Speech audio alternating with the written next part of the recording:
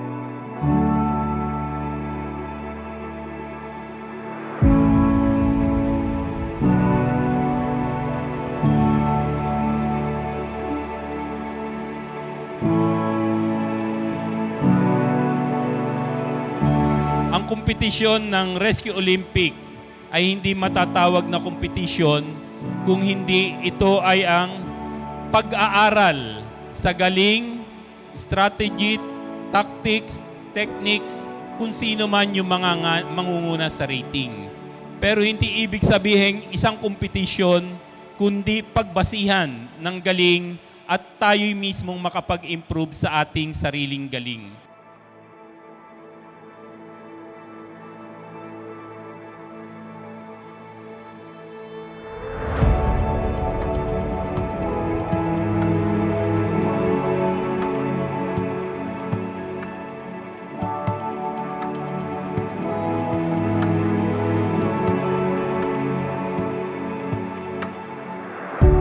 We would want you to ensure that you prepare not only for a simple fire event, not only for a simple water search and rescue or aquatic rescue, but you also have to prepare for more than that.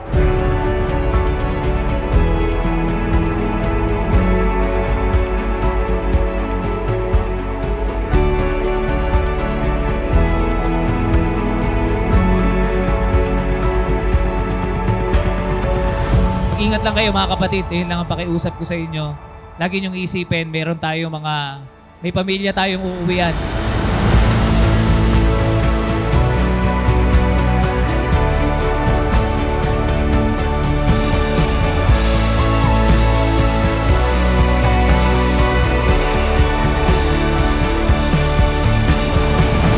Good luck sa lahat ng mga bayan, lahat ng mga cities. Alam nyo, kung manalo kayo dito, hindi kayo yung panalo. Ang panalo dito, taong bayan. Di ba? Pag magaling kayo, marami tayong mga kababayang maliligtas. At ang maganda ngayon, hindi lang yung bayan ninyo ang nire-represent ninyo. Kasama nyo na yung iba't ibang bayan.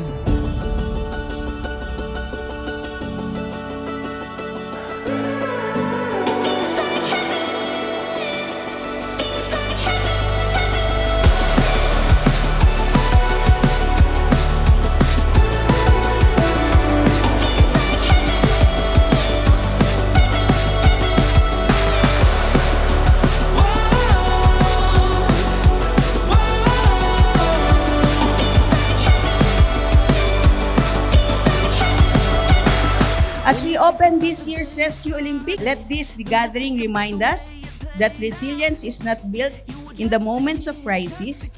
It is built in the moments like this when you choose to prepare, when you choose to learn, and when you choose to stand together. So close to it, can you feel it now? I remember everything you used to dream. Now I can't believe the dream became your life. And now you say never doubted when it feels right. Ever wonder what it feels like? It feels like heaven. Ang hangad natin ay ang pagkakaisa. Ginawa natin itong clusters simply because alam natin hindi natin kayang mag-isa. Kaya at least sa mga pagsubok na ating dinadanas, nakahanda bilang magkakaibigan ang responders ng magkakatabing bayan. It feels like heaven. It feels like heaven, heaven. Ooh, ooh. It feels like heaven. It feels like heaven, heaven. If you did good in one event, still be humble to say that this is a group activity. Compete with excellence, respect one another, and remember that every lesson you gain today becomes another life we save tomorrow. Everything is gone. SM Bulag! I won't trade anything for this.